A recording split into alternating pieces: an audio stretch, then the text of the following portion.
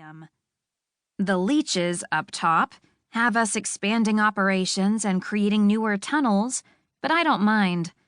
This part of the mine's not so harsh compared to the older, muskier areas that are heavily polluted from excessive activity. The air here is cleaner. No need for an uncomfortable respirator.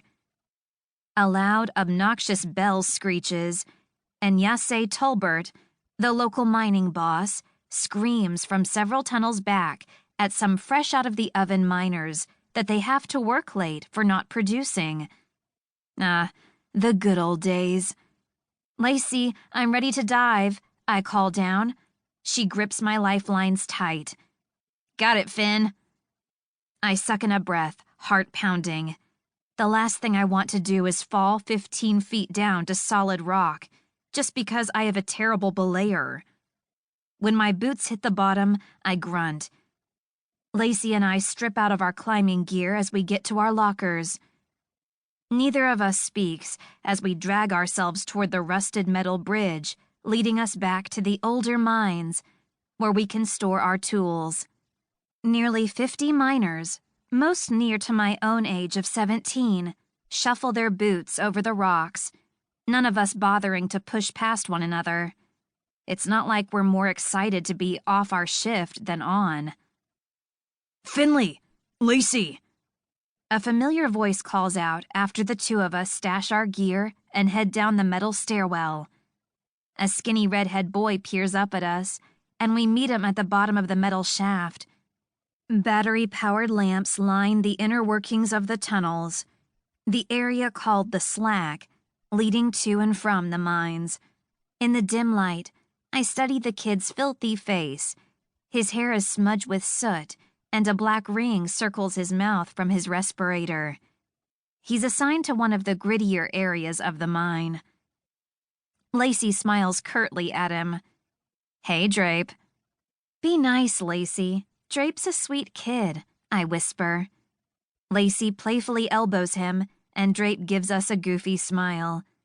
The three of us begin our regular march by way of the tunnels and down various metal staircases toward the living quarters. These two, Lacey and Drape, are perhaps the only people whom I care to speak to.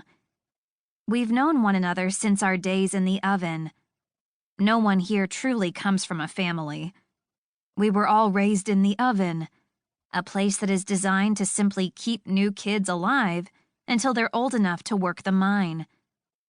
Newborns go straight there to allow their parents to get right back to work. The majority of kids don't even know their mothers, and I'm one of them.